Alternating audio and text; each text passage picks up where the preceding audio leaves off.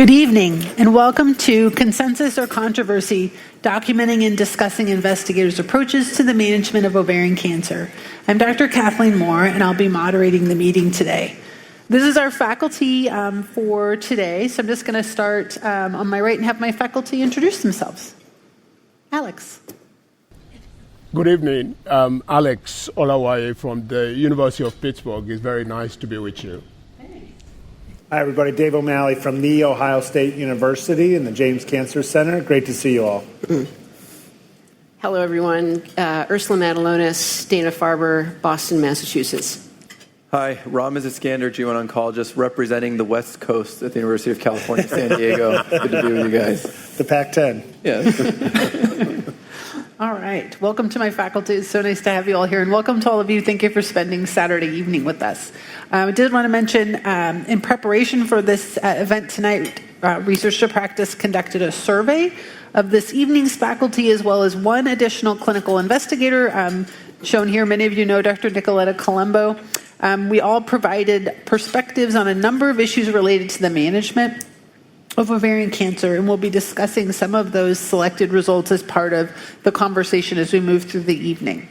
Here are the relevant faculty conflicts of interest. I'm just going to rotate through these relatively quickly. You'll have them to download if you would like to see. And myself and Dr. Colombo. And then here is the commercial support for today. Research to Practice, CME Planning Committee staff and reviewers have no conflict of interest to disclose. The program will contain discussion of non-approved uses of agents and regimens. Please refer to official prescribing information for each product for improved indications. So tonight, what are we doing? We're going to talk about ovarian cancer, as I've mentioned. This is where we're headed today. Dr. Eskander is going to lead us off with a discussion of PARP inhibitors, followed by Dr. Matulonis discussing strategies around folate receptor alpha targeting. I'm going to talk about some other approved and investigational antibody-drug conjugates.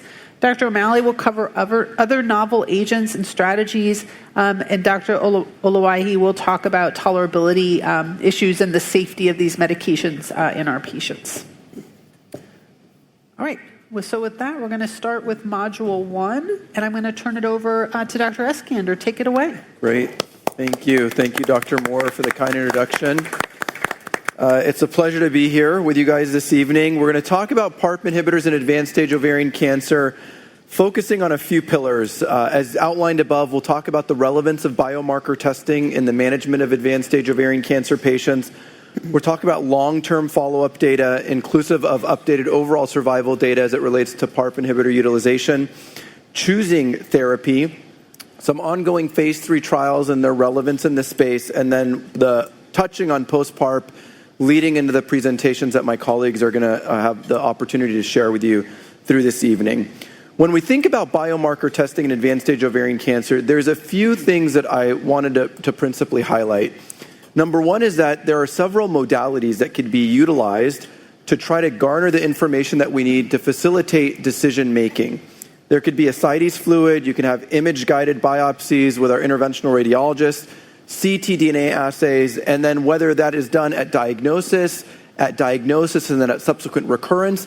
These are all debated. One of the features, however, that's relevant is many times if patients have a diagnostic assessment with cytology alone, that may not be sufficient to allow us to conduct the required molecular testing. So one of the things that we advocate for is incorporation of tissue testing at the time of diagnosis, because if you're using neoadjuvant approaches, which are now more commonly employed, you may not have sufficient tissue at the time of interval cytoreduction to allow for molecular testing. And that molecular data is becoming ever more relevant in the care of our patients. And then the assays. Some institutions have in-house resources that allow for in-house conduct of these NGS assessments now, plus evolving IHC, but there's also a slew of commercial assays that can be employed so that you can gather the data that you need. And then probably something that could be debated amongst both us here up at the table, providers who are seeking patients, is what do we define as a truly actionable biomarker that's been shown to be predictive of response and not just prognostic? HRD assessments and how we define that and what assay we're using to inform whether a patient is HRD test positive. folate receptor alpha expression informing therapeutic treatment strategies, HER2 emerging as a biomarker, MMR status, although uncommon, can be an actionable biomarker in certain histologies such as clear cell or endometrioid, what we call the endometriosis-associated ovarian cancers. I did want to mention that as we think about the relevance of biomarkers, one of the ones where we have understanding of its clinical relevance and then implications in practice is homologous recombination deficiency, which we can think of as not just limited to BRCA, somatic and germline, but expands beyond that and really represents about 50% of these high-grade serous, high-grade endometrioid epithelial ovarian cancers. So when appropriately tested, 40% to 50% of our patients will fall into this bucket. And the testing is not just relevant for information regarding treatment decisions, but of course, if they have a germline aberration, cascade testing, and then risk-reducing surgery. When we talk about frontline therapy, I wanted to take a moment because what informs ultimate decisions in the treatment sometimes hinges on a non-PARP question, which is the bevacizumab utilization. And so briefly to set the landscape, we had GOG 218 and ICON 7 conducted quite a while ago, reported out now with additional overall survival data published for GOG 218 with Dr. Tewari and JCO. But what we saw was a persistent and consistent PFS benefit with the addition of bevacizumab without an overall survival advantage. And that delta initially was more modest in the context of CA125 informative outcomes rather than radiographic progression on GOG 218. This is a reference to the overall survival data that was no different, but ultimately, clinically, we need to make a decision about whether we incorporate bevacizumab with carboplatin and paclitaxel at initiation of therapy for many of the patients that we treat. And this decision is debated, but when we look across multiple studies that looked at the relevance of adding bevacizumab to combination platinum-based chemotherapy, we saw a fairly consistent reduction in the risk of progression by about 30% or so. In the ICON 7 trial, they tried to augment that by defining a high-risk advanced stage patient population. Again, we can argue whether that's even a relevant phrase in advanced ovarian cancer where we perceive all these patients to be high risk. But once we've made that decision, bevacizumab or no bevacizumab, that will then potentially affect how we consider incorporation of PARP in the subsequent lines. So we had an evolution in the management of ovarian cancer beginning in approximately 2018, 2019, a big transition. There were multiple phase 3 trials that were conducted, which read out high impact, of course. As you can see, these are all New England Journal of Medicine papers. And that paradigm shift, that inflection point was led by the SOLO-1 trial, which Dr. Moore, Dr. DiSilvestro, and colleagues conducted and presented, which identified a profound benefit to using olaparib maintenance in these germline or somatic BRCA mutation patients. And then we had a slew of trials that expanded beyond the BRCA mutation population to look at HRD as well as the non-HRD cohort. So if we look here, this is the SOLO-1 7-year overall survival data. You look at this bar graph, we went from 46% 7-year overall survival to 67%. The p-value was markedly strong, but because of the statistical considerations, technically not statistically significant in the design, but it's the longest follow-up we had, a persistent and maintained benefit, which really argues to the fact that, look, even though 44% of the placebo patients went on to receive a PARP, we didn't abrogate that difference. So we can't afford to miss these patients. We need to be doing all of this testing. We need to identify these BRCA somatic and germline mutation patients and utilize PARP as a maintenance strategy, because if we miss that opportunity, it can compromise overall long-term outcome. PAOLA-1 was designed a little bit differently. It didn't look at just PARP alone. It looked at olaparib plus bev. And what was interesting is ultimately when the data read out for this maintenance strategy after a combination platinum-based approach, as was SOLO-1, we saw that the addition of olaparib and bevacizumab as a maintenance approach improved clinical outcomes fairly substantially when compared to bevacizumab alone in the HRD test positive population. Again, in the bar graphs, here's a longer 5-year OS, 48 versus 65.5%, and then the 5-year PFS, 19.2 versus 46.1 months. So when we look at this, we are looking at a clinical benefit. This was also carved out into what we call a high risk and low risk based on the ICON 7 adapted criteria. And ironically, the magnitude of benefit appeared to be more pronounced in the lower risk. So it called into question this idea of, do I not use bev in a lower risk patient? Because if I don't, do I lose the opportunity to give olaparib plus bev based on the strength of the PAOLA data in the HRD positive patient population. So really, it's thought-provoking. It makes us ask, how am I implementing this information in clinical practice? Prima looked at single-agent niraparib, kind of tried to enrich for a higher-risk patient population. You could see here in the forest plot the overall population, the HRD test positive in the HRP. What you don't see here is the homologous recombination unknown, which had a hazard ratio greater than 1 in the niraparib-treated patients. And what we saw here was a sustained PFS benefit. It followed this gradient of BRCA-mutated HRD positive with a more modest benefit in the negative, but we also had a retraction ultimately of that niraparib indication in the United States in the frontline biomarker-negative patient population. More recently, we had Athena Mono, which was rucaparib first line, a very consistent finding once again, where we saw a benefit as it related to progression-free survival in the patients treated with rucaparib maintenance based on biomarker. We did see a delta in the HRD test negative patient population, but I do want to emphasize that there is no regulatory approval for rucaparib and frontline maintenance in the US at this time. So one of the questions that comes up that we try to contextualize as well is this idea of relative contribution. We haven't really parsed out, is the PARP monotherapy sufficient in the HRD test positive? These are trials that may help us answer that question on the right-hand side based on the design randomizing to PARP alone versus potentially PARP plus BEV to inform whether or not the bevacizumab is needed. And then, of course, here, these are just the PFS curves in the HRD population indicating that clinical benefit. When we think about upfront maintenance therapy, if we want to summarize that data, the BRCA mutated, I think this question's been definitively answered. It is our obligation to identify and offer PARP. BRCA wild-type HRD test positive, very provocative, very strong clinical data. The efficacy is consistent across several phase 3 trials. Whether or not the BEV can be omitted with just PARP is yet to be defined. And the HRD test negative or proficient, we have unanswered questions and we need to do better. And right now in the United States, we don't have an indication for that to be, PARPs to be used as a maintenance in that setting because of the niraparib retraction. Just briefly, we also have a de-escalation study, NRG GY036, which is asking to reduce the 2 years of maintenance to 1 year because we're trying to see whether we can not only reduce treatment-related adverse events, but we're also worried because there's suggestion, and we'll talk about this, that progressing on PARP may compromise subsequent platinum response. And then Mono-OLA1 is an AstraZeneca-sponsored trial looking at olaparib on its own as a monotherapy to adjudicate whether or not, again, you need BEV in the HRD test positive with it.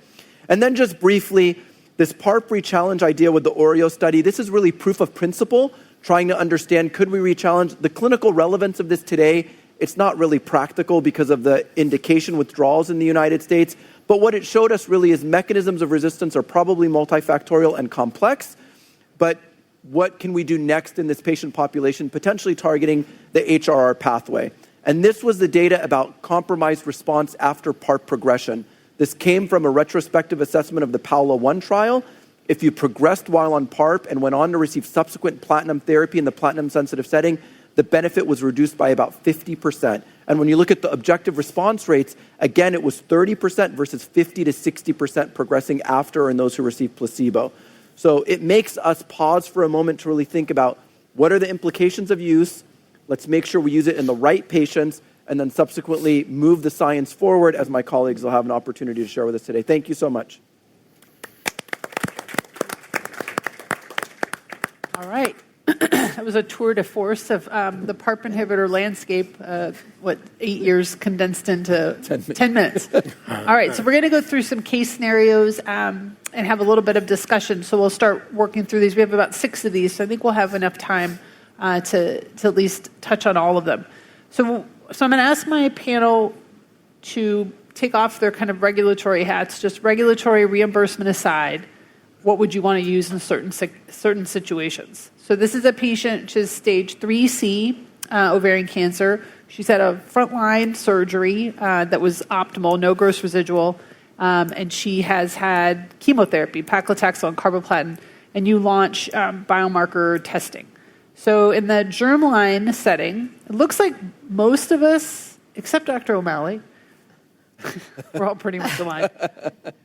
we'll just pick on the outlier here. So Dr. O'Malley, tell us why in this patient who has had a great surgery, no residual disease, got chemo, is doing well, why are you adding bevacizumab here, and what kind of drives that decision? Yeah, we'll talk about this throughout. I've looked at this now for, to your set, eight years. There's two things that were really telling to me, and one is Philip Harder's data on the Apollo 1 that looked at the low risk versus high risk. And Dr. Moore and I always have said there's no such thing as a low risk advanced ovarian cancer patient.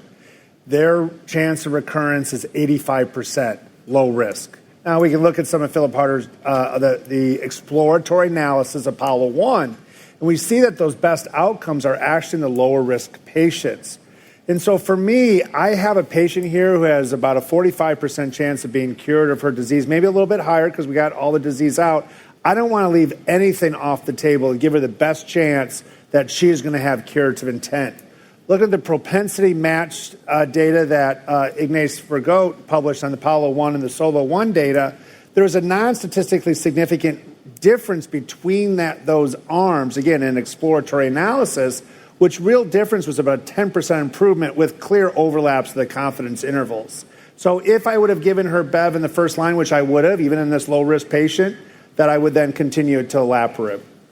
So let's move on to the middle. So this is a patient whose tumor, you've launched the tumor, and her tumor is BRCA wild type, but it's HRD test positive. So you can see, again, most of us are aligned here. We're all aligned with PARP inhibitor, but most of us went olaparib, bevacizumab. Dr. Matulonis, you are the niraparib. The outlier here. So I read this question as she's just getting chemotherapy, not just, by no means. I don't mean to say that. But chemotherapy without the use of bevacizumab up front.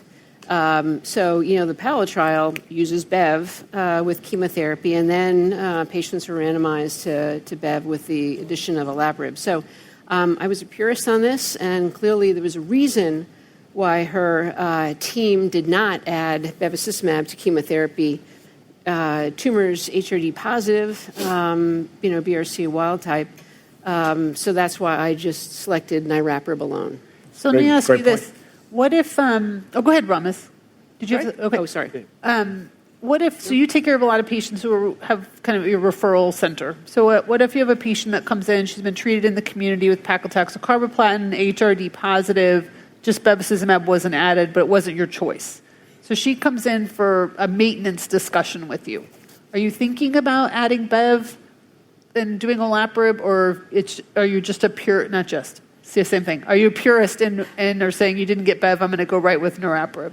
Yeah, I mean, I guess also I would take into consideration what the cancer's response to treatment has been, what residual disease, if any, is left behind at the time of completion of 6 cycles of carboplatin chemotherapy. For example, if like in the last case, if it's negative BRCA wild type HRP, she finishes up 6 cycles of chemotherapy, there's residual disease, comes to me, I would then likely add bevacizumab and not necessarily follow the 218 trial. So I think if things are going well and at the end of 6 cycles we don't see any obvious residual disease, I probably would not add bevacizumab. And then the last setting, this is the patient, again, we've sent her tumor off, HRD test negative, of course, BRCA wild type, a lot of alignment on bevacizumab, except Dr. Olawaiye considers observation, which is an important thing to discuss with patients. So you can take us through your thought process here. Thank you, Katie. So my thought process is actually following the way we use Bev, or bevacizumab, in my institution. We do selective use of bevacizumab, which is for patients that present with ascites, symptomatic pleural effusion at the time they have been diagnosed with ovarian cancer. We use Bev in those patients. So, and that's about 30, maybe 35% of patients. So here, if the patient doesn't have those symptoms or signs at the time of presentation, I would not have put the patient on Bev or bevacizumab with chemo. And if the patient is HRD negative and BRCA wild type, currently we observe them.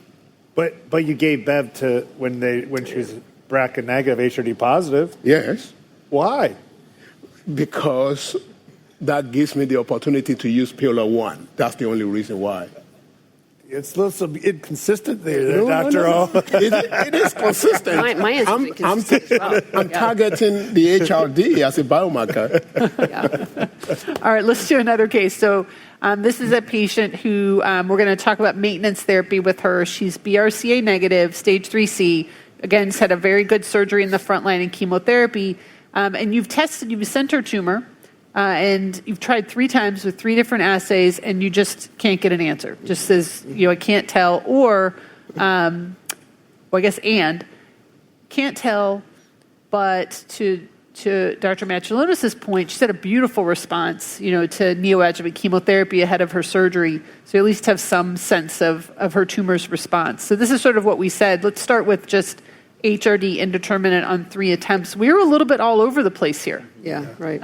So why don't I start with Dr. Eskander? Yeah, I think, the comment you just made on the tail end of that, Dr. Moore, it all in my mind, I was trying to think about why HRD indeterminate to make an answer, answer this question in a thoughtful way. And it goes back to the example I gave. It's because the patient had a dramatic response and there was insufficient tissue, or if the patient just had, for whatever reason, the diagnostic biopsy doesn't facilitate an answer, then I'm going to try to give that patient the benefit of the doubt, because what we alluded to earlier is I'm going to look at the clinical factors and I'm going to try to maximize the benefit I can achieve at that time in their care. So if they're HRD indeterminate but have responded well, then I'm going to treat them like they're HRD positive, because that's my one opportunity to use the PARP in this setting. If I don't use it then, based on the absence of the indications in the recurrent setting, I've lost that strategy. So that's why I would my answer was couched around the reason, but that's why I would probably lean towards the olaparib Bev strategy, as I alluded to. And it looks like when you look at most of our answers, except Dr. Matulonis, who was a purist with the bevacizumab, I think most of us, if we see a response to that kind of neoadjuvant chemotherapy, it sort of implies some homologous recombination deficiency, and so we're going to try and fight for a PARP inhibitor. Again, we're talking about off-label use here because they're not labeled in this setting anymore. So you would be arguing with insurance to get access to this. But Dr. Matulonis, I'm curious for you, bevacizumab. Yeah, I know. And I think that this does happen when the test gets done and it just doesn't come back. And I think, I sort of weigh all right, we know that the tumor's BRCA, patient's germline BRCA wild type. The tumors, I'm assuming here that the tumor is BRCA wild type as well. So obviously both have to be checked. We also know that in a situation where you're going to use, and she's not been getting bevacizumab up front. So she's getting chemotherapy. And then you land at the end of 6 cycles and you don't have an HRD test that you can determine. So for me, the answer would be niraparib, right? So my niraparib or Bev. And, we know that in PRIMA that niraparib in HRD setting does not improve overall survival. It improves progression-free survival. And I think that if the tumor ends up being HRP, because we don't know, then you're not helping that patient at all. And you're potentially exposing her to, risks of a PARP inhibitor. Obviously, slightly increased risk of AML, MDS. If you're using niraparib, it's hypertension.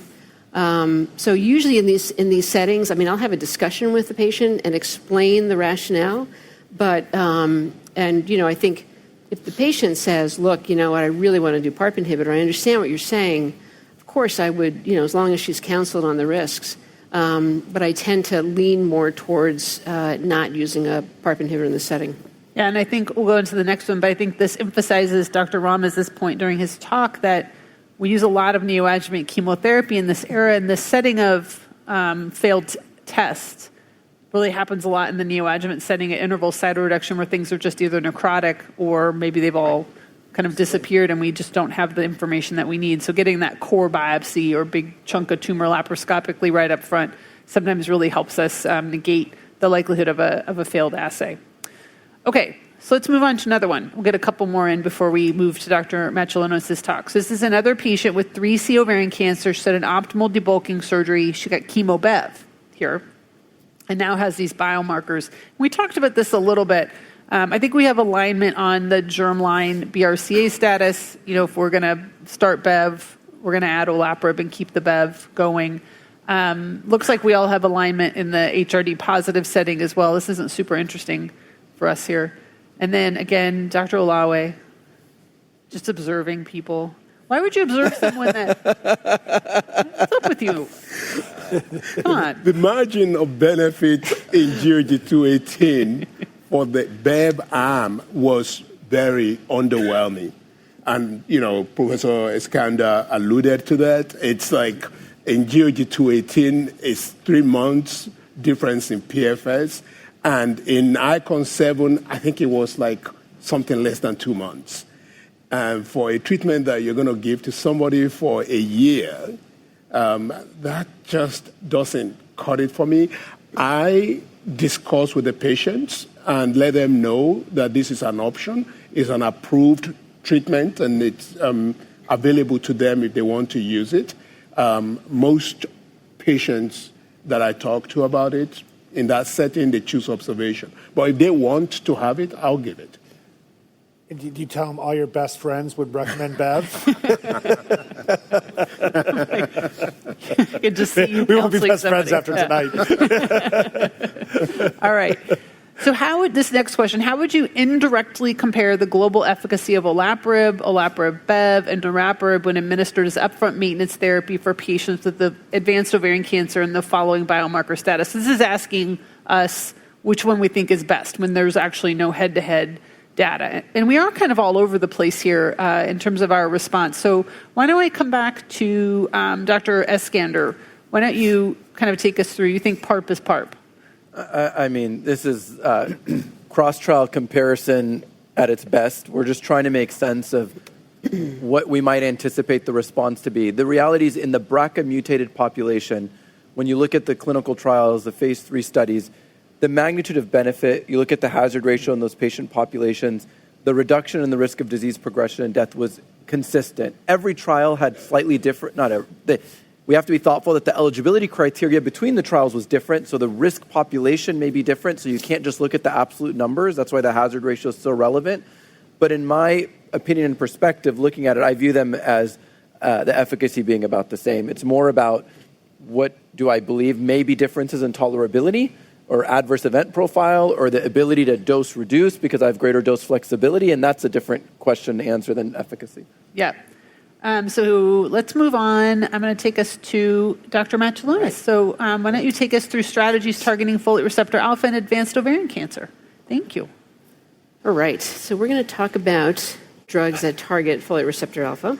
We're going to start off with just single-agent mirvetuximab soravtansine, move to combinations of MIRV plus BEV, MIRV plus carboplatin, et cetera. And then talk about some of the newer agents that are in clinical trial testing right now as potential competitors. So these are basically histologies of ovarian cancer and what is considered elevated levels of folate receptor alpha. So for mirvetuximab, we really learned that you really needed quite high levels and a positive folate receptor alpha test through the Ventana test. Some pathologists do that in-house. Some don't. We actually send ours out, typically through next-generation sequencing platforms or separately to outside agencies to do it. And the Ventana assay is the FDA-approved assay to test folate receptor alpha. But the two histologies that really have higher levels of folate receptor alpha through this test are obviously high-grade serous ovarian cancer, which is where mirvetuximab was first approved. And then ends up that low-grade serous carcinomas also have elevated levels of folate receptor alpha.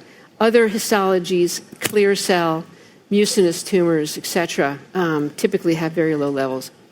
Absolutely, definitely check it. Check the folate receptor alpha because it could represent, especially for mirvetuximab. I think the other topo 1s, as we'll talk about later, that level of folate receptor alpha expression is not going to be as important, but mirvetuximab is absolutely necessary. So this is some of the early clinical trial testing of mirvetuximab. Started this phase 1 trial. It's a long time now. It's certainly over 10 years, probably closer to 15 years. 44 patients were initially enrolled. Doses started off really quite low and then went up to 7 milligrams per kilo. And because the ocular toxicities were really found to correlate with the dose on exposure, that's how the adjusted ideal body weight ended up being part of the equation in terms of calculating the dose. And both 5 and 6 milligram per kilo were tested. No DLTs were observed. That's where 6 milligrams per kilo via adjusted ideal body weight was selected. And there was a phase 1 dose escalation, or a phase 1 expansion, really looking at two things. One is response, dependent upon the number of prior lines of treatment, and then also looking at whether or not the biomarker changes from initial diagnosis to recurrence. And in the first question, you can see here for the overall response rate for patients who received 1 to 3 prior lines, response was 39%, but then it drops off after 4. So that's why the subsequent trials have been up to 3 prior lines, and hence why I prioritize, and I know we're going to talk about this later, sequencing, why I prioritize mirvetuximab over a topo-1 in the correct setting, obviously. And there's also good concordance, and that's been shown in a number of trials now, between the folate receptor alpha tested initial diagnosis and then at subsequent recurrence. So you don't necessarily need to rebiopsy a patient. This, on the other hand, is a patient of mine who was diagnosed with high-grade serous ovarian cancer, and she underwent neoadjuvant chemotherapy, but her initial biopsy through an mental biopsy showed an elevated folate receptor alpha of 85%. She went to surgery, interval surgery. We checked the folate receptor alpha again, and it actually had dropped. And that may be related to this concept of necrotic tissue, where it's just more difficult to test tissue at the time of interval surgery. She ended up receiving mirvetuximab at a later point when her disease became platinum resistant. Initially responded, but it was a very short-lived response. She progressed after 2 cycles. So the SORAYA study was the trial that led to the accelerated approval of mirvetuximab in platinum-resistant ovarian cancer, elevated folate receptor alpha expression of 75% or higher. 106 patients enrolled. The eligibility was up to 3 prior lines because of those observations in the phase 1 study. Results were 32.4% overall response rate, median duration of response 6.9 months.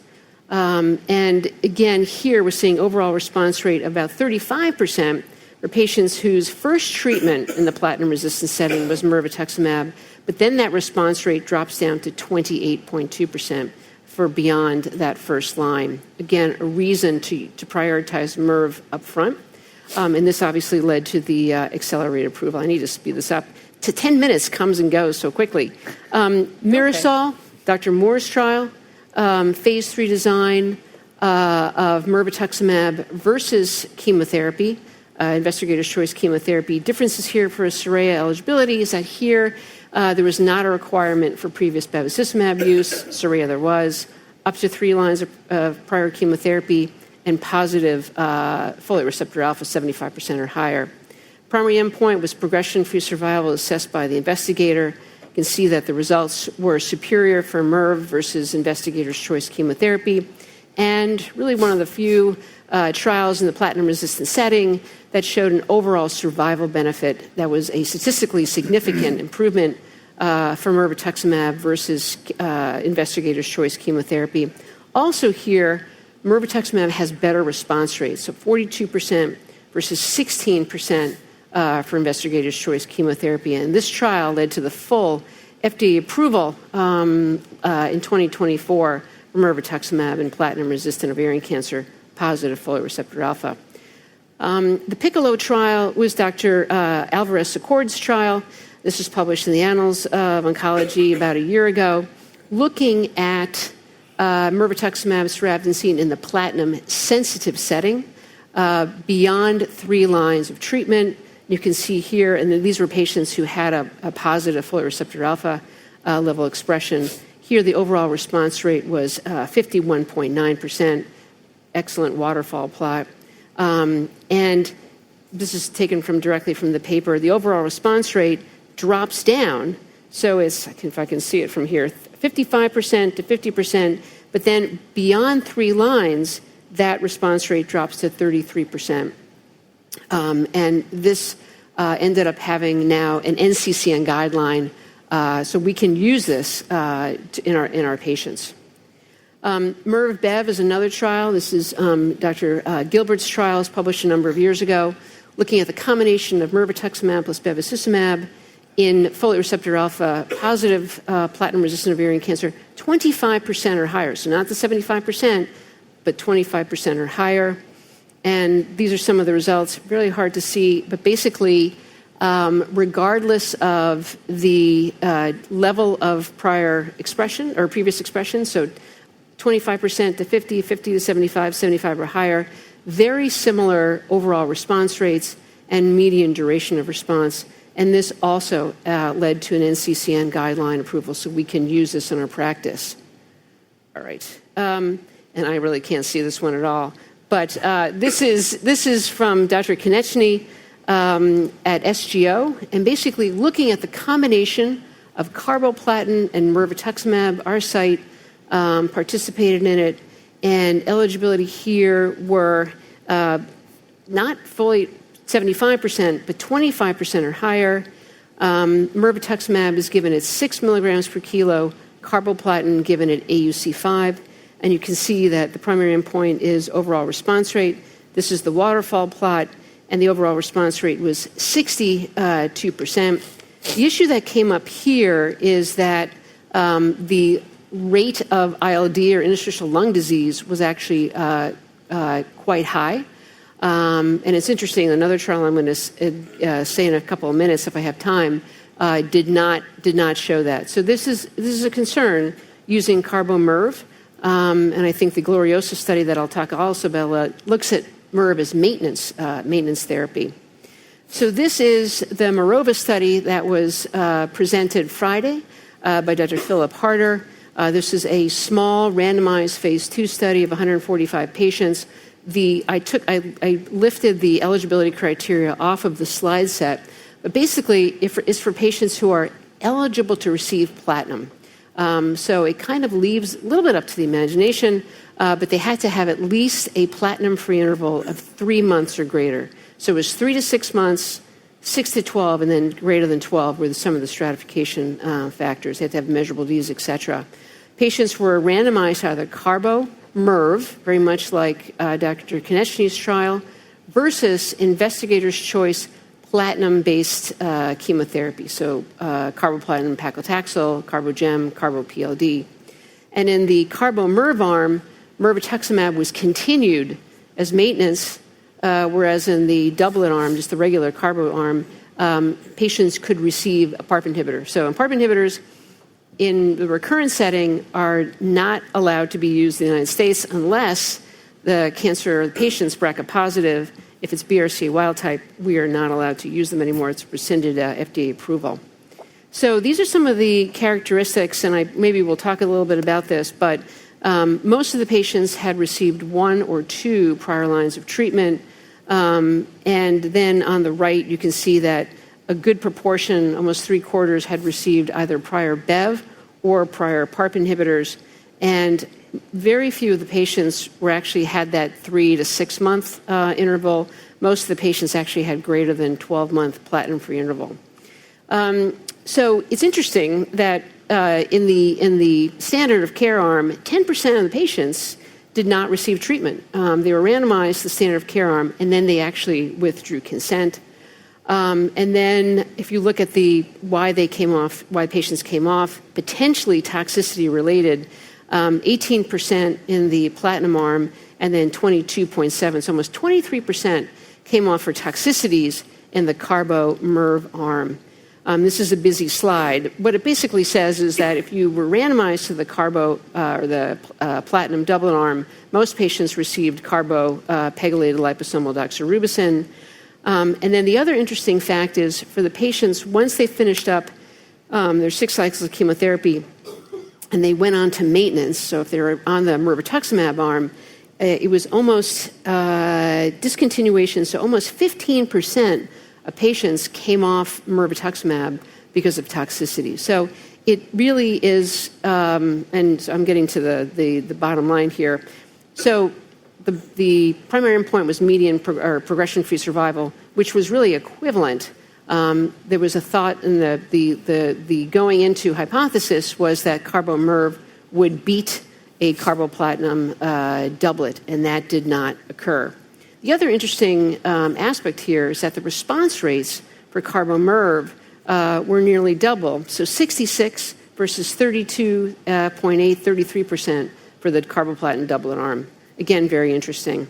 The adverse events were also, I think, what we would expect.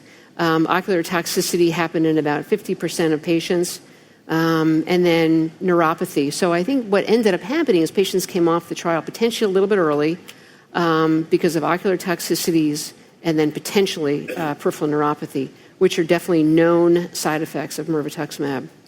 These are the other folate receptor alpha antibody-drug conjugates in clinical trial testing: ranabart, sesutican, torvutatug, samratican, and then sofidabart, mipitecan. They all have topoisomerase 1 inhibitors. They all have DARs, or drug antibody ratios, of 8. And they all have excellent response rates in both the folate receptor alpha high and the folate receptor low patient population. And all three have phase 3 clinical trials ongoing right now. The question is, are there differences amongst these three different drugs? And there's some slight differences. The payload, they're all exatecans, they're all slightly different. So I think, I don't have time to go into that, but they're all different drugs, and we'll have to see what happens. The Gloriosa study is Dr. O'Malley's trial. This is testing mirvetuximab as maintenance treatment in the platinum-sensitive recurrent setting. Patients get platinum doublet chemotherapy from 4 to 8 cycles, and then bevacizumab has to be added for at least 3 of those. Then patients are randomized to either mirvetuximab plus bevacizumab or bevacizumab alone. And trial is done accrual, correct? Yes. So we wait the results. And I think this certainly may be the way to go for using mirvetuximab as opposed to using it as a platinum doublet. And those are my slides. So thank you so much. Thank you. All right. Let's get to some discussion. I did get some questions from the audience, so I'm going to try and get to as much as I can in about 6 minutes. All right, so let's start with the first one. Let's talk about testing. Both of our first 2 speakers have talked about biomarker testing, which is becoming more complex. And so, Dr. Olawaiye, when are you testing? Did I say that right, Alex? Yes, okay. you did. I always call you Dr. O. Sorry. I want to make sure. When are you testing for folate receptor alpha? So I test at the time of, recurrence. And the reason is because I prefer to test with biopsy tissue when the patient experiences recurrence because, there are instances where the testing result can be influenced or can change. And so if I don't get a tissue, which is the danger at the time of recurrence, and the recurrence is not such that it's amenable to biopsy, then I'll go back to the archived tissue from diagnosis and use it. I mean, the folate receptor alpha is remarkably consistently preserved in archived tissue, so I would not be losing anything. Dr. Eskander, do you have a different opinion? You want to take us through what you do? Yeah, so I view it differently. I kind of described it, I want as much data as I can have at any point in time. And so we have abundant tissue at diagnosis if it's available, either primary cytoreduction or, as I alluded to, a core biopsy prior to neoadjuvant therapy. I, at my institution, have the capacity to get the folate receptor alpha IHC done locally. If not, it would be part of the send-out. But then I have it, and it helps me with 2 things. One, it helps me at that time begin to start to think about how I'm going to sequence therapy for that patient. Because in my mind, I'm thinking, okay, my hope is for the best, and my hope is a prolonged remission or, God willing, a cure. But for many of our patients, as we already alluded to, that's not the case. So if I know they're FR alpha high a priori, I'm already taking that into consideration as I think about the first platinum-sensitive recurrence, the second, or platinum-resistant. So I favor getting it so that I can make sure I have it to inform my strategy moving Yeah, forward. I agree with you. Dr. Matulonis, did you have a comment on that? 100%. And I think that, I have it in my EPIC chart. I have the, the HER2, folate receptor alpha, any noteworthy NGS results really clear. And I agree with you. I think about things too. And I think, it's really important for patients to understand that if their cancer does recur, they have options and they want to know. And they're like looking for trials. They're thinking ahead too. So yeah, absolutely, I do it up front. And so let's move on a little bit to the methodology of testing. Right now, this is an immunohistochemistry test. And you can see on the left-hand side, all of us are using IHC. It sounds like Dr. Eskander has in-house testing. I think the rest of us are probably sending it out. I don't know if that's true. Yeah. You in-house as well? Okay. In-house. I'm the only one sending it out then. All right.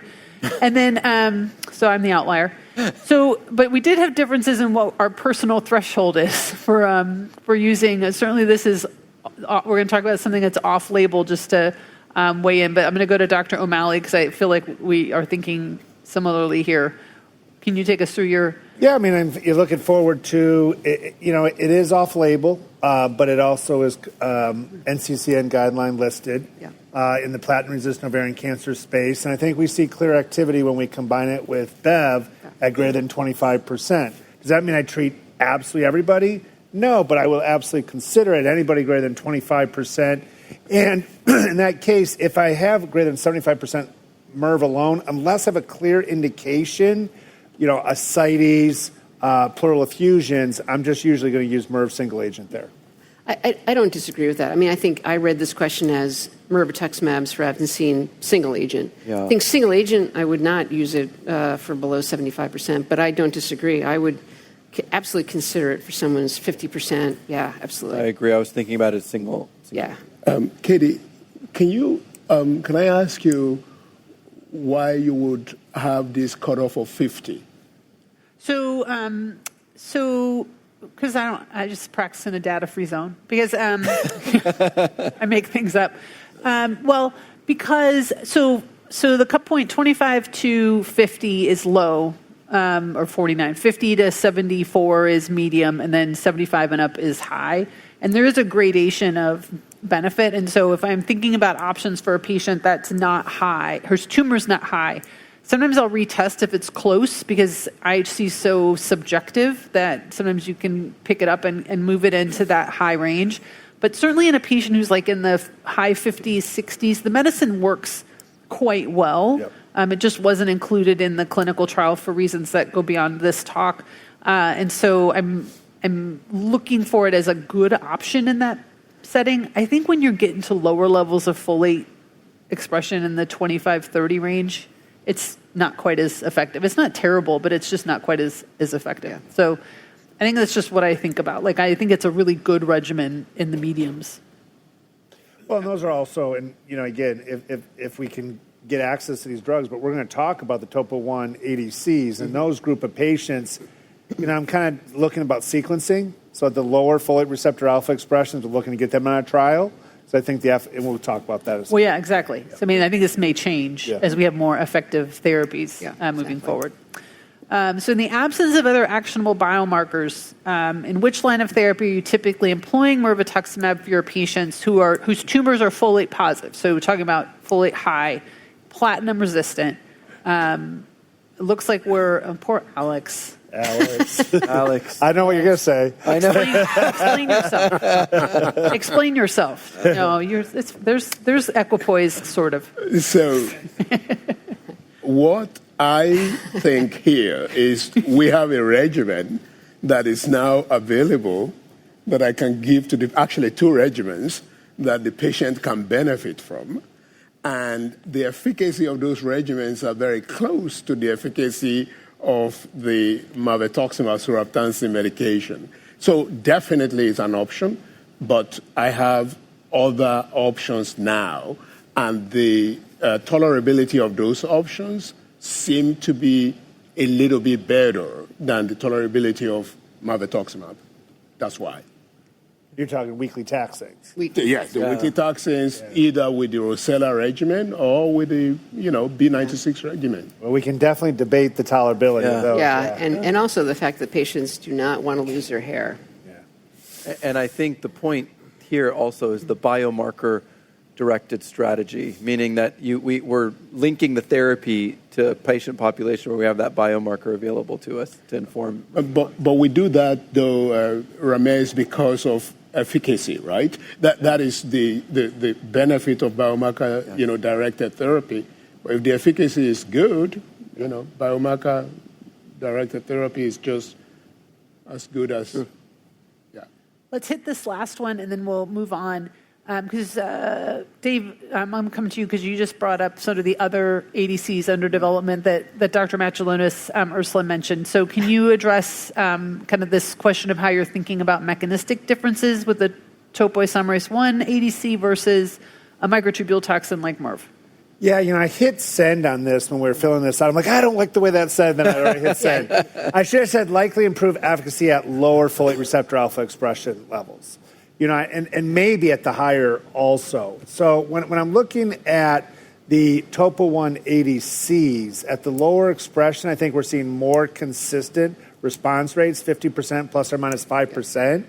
So in that case, from a sequencing standpoint, we have to get more data about microtubulin followed by Topo-1 payload or Topo-1 payload followed by microtubulin. Does that make any difference? We don't have that data yet. So in a low expression, I'm looking to get that patient on trial with a Topo-1 payload and holding MIRV.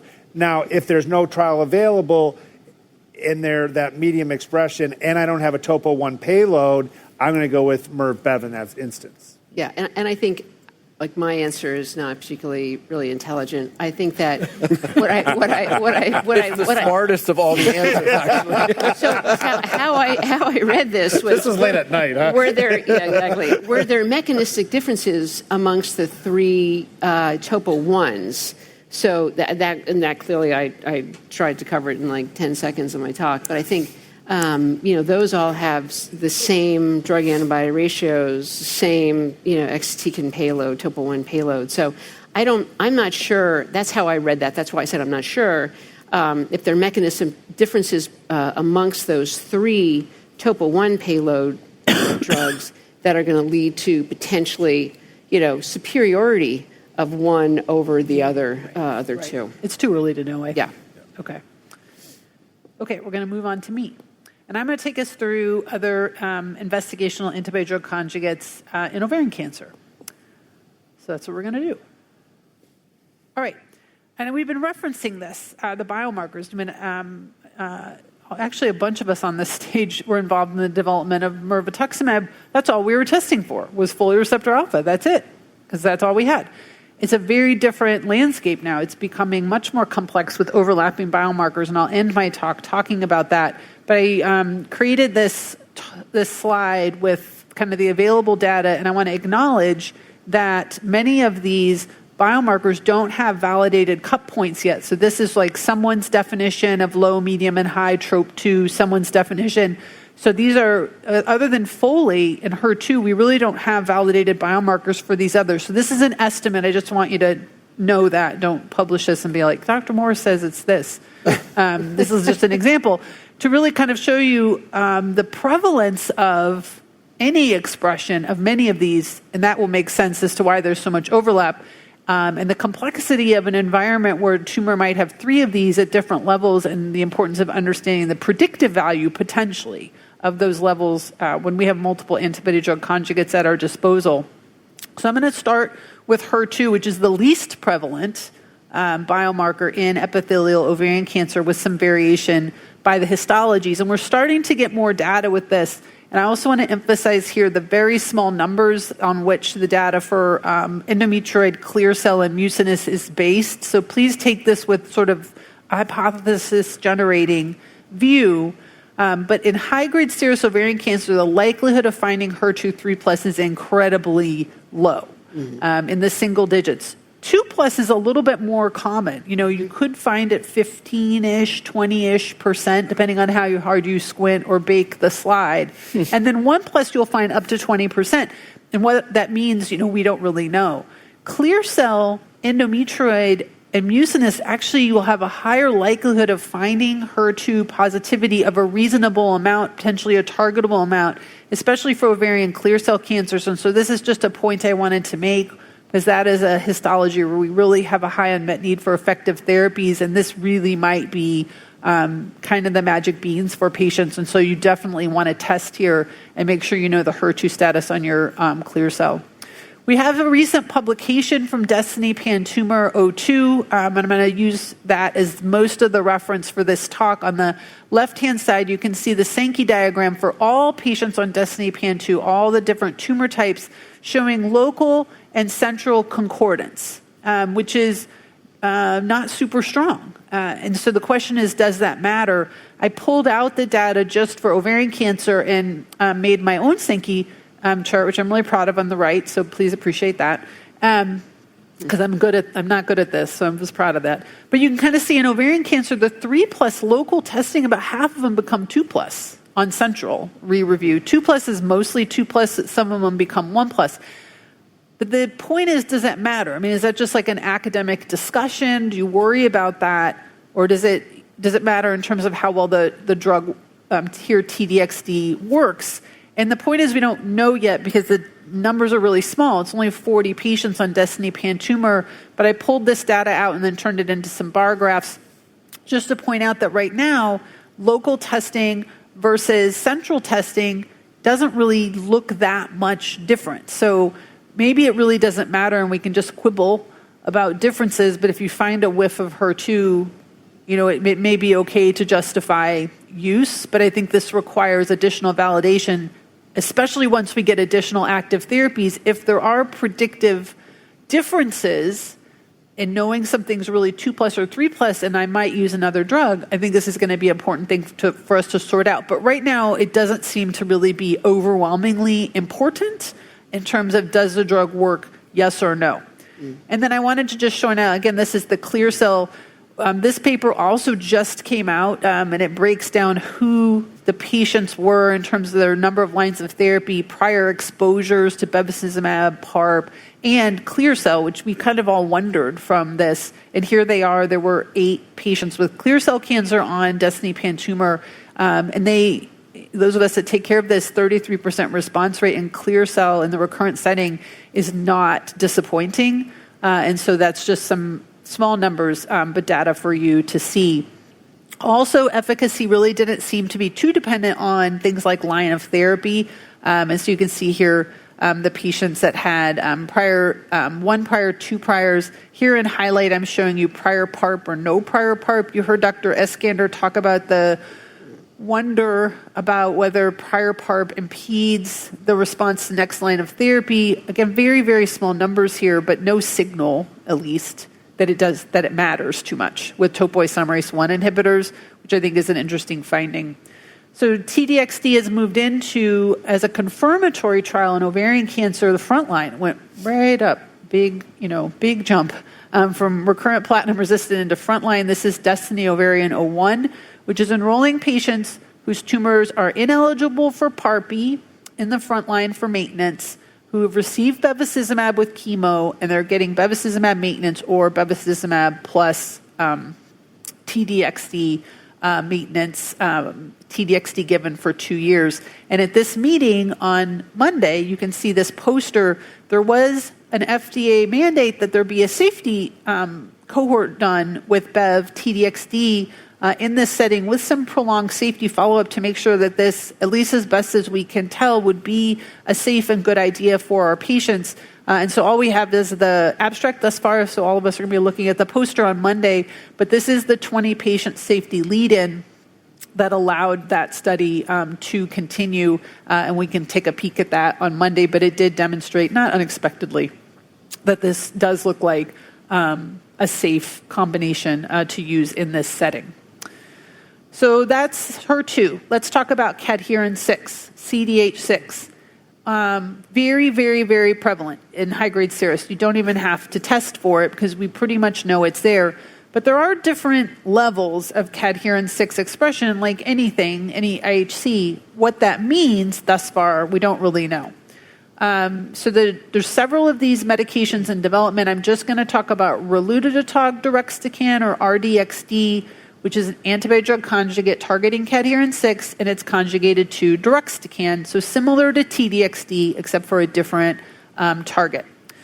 I'm going to start with the biomarker data, and then I'll show you the efficacy. This is from the phase 2 study of Rejoice Ovarian 01, which was a dose optimization and biomarker correlation study where they were trying to assess whether or not there were whether the different levels of cadherin 6 expression were important for efficacy of the medication.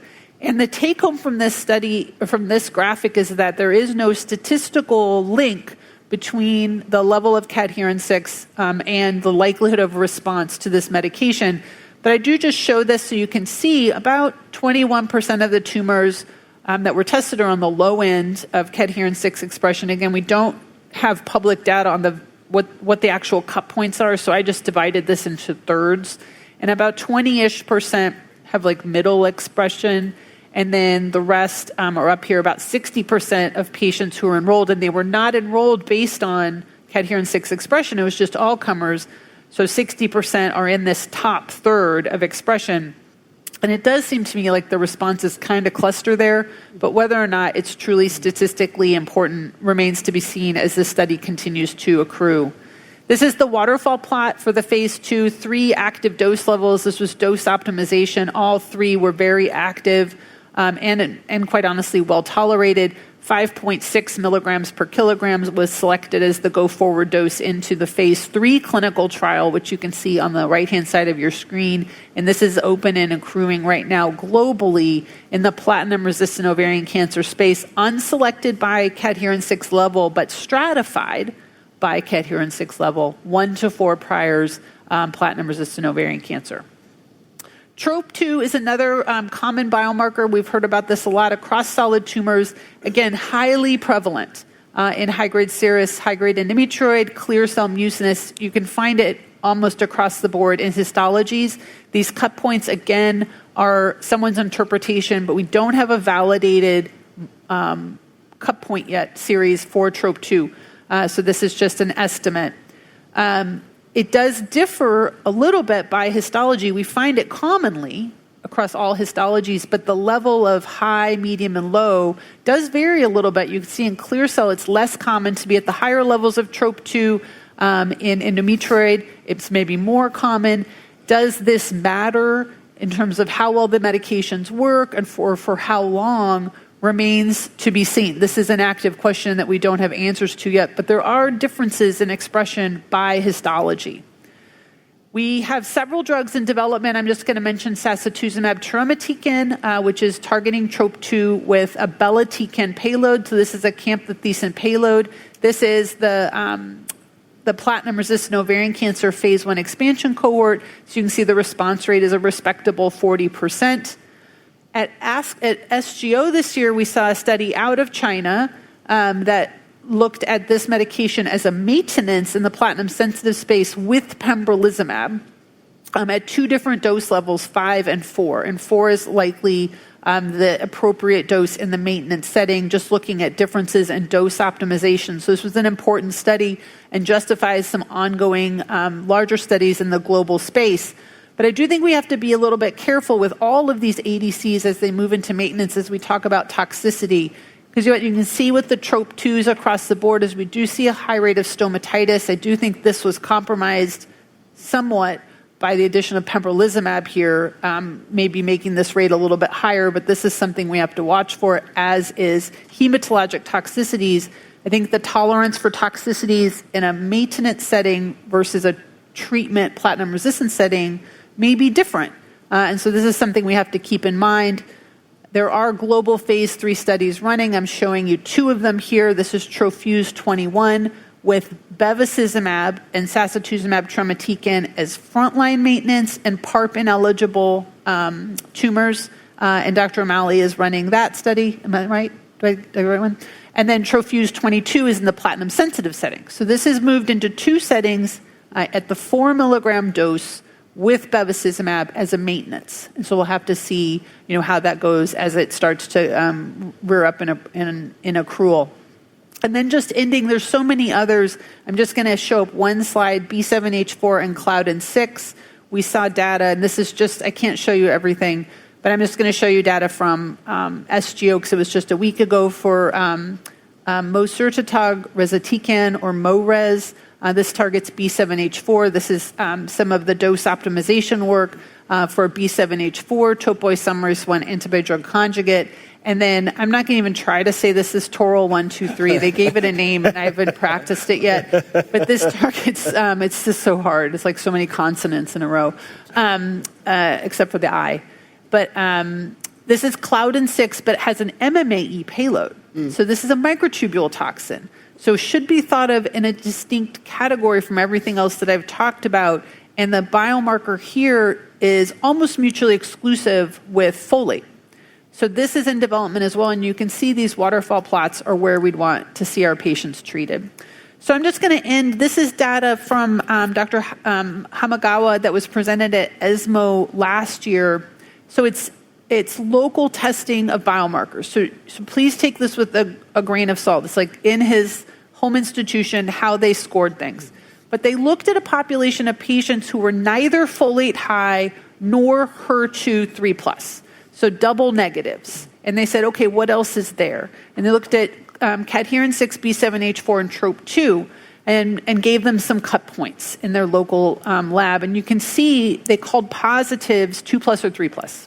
That was just their definition. You can see in red out to the right the number of patients that were positive by this definition in this double negative group. And on the bottom, they started doing 2x2 tables to see what the overlap was with these different biomarkers and turn this into this Venn diagram here. And so this is in the double negatives. So the overlap with these positives in the other biomarkers is extensive.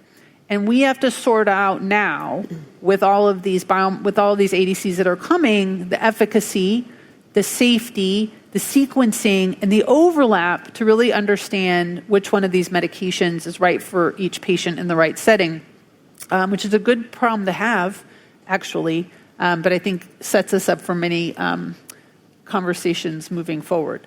And so with that, let's move to some questions. So let's talk about HER2. And I'm going to start with Dr. Eskander. When do you test for HER2? And how do you do it? So I'm proud to say I'm consistent, I think, in my strategy, which is basically same. We have IHC assessments in-house with our pathologists on the primary biopsy or surgical specimen. And for the same reasons alluded to earlier, it's to just allow me to gather that information so that I can start to synthesize a plan, a sequence, and a strategy for the patient. And it looks like everybody here is doing IHC, I think because that's the gastric scoring from Destiny Pan-Tumor. Are any of you even kind of looking at FISH, looking at amplification, and does that influence your decision at all, or is it just not something you're looking at? Sometimes the pathologists will do it, and you don't really ask them to do it, and they do it. And no, I think, right now we're using the IHC. So I guess the only time I would think about using FISH would obviously be in, uterine serous carcinoma for trying to decide trastuzumab or not. But in this setting, no, I don't ask for FISH, no. Yeah. But they'll do it that way. My pathologists do it automatically. Automatically? Yes.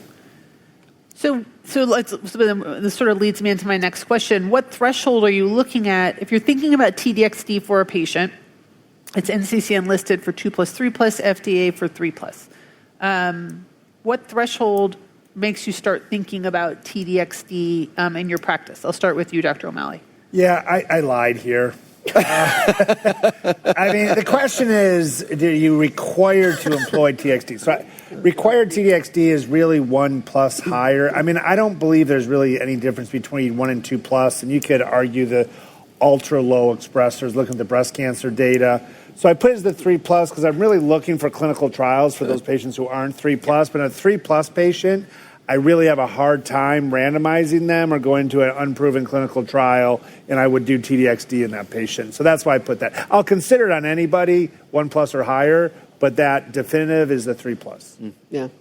I would use TDXD on 1, or at least to consider it on 1+, if therapies are running out.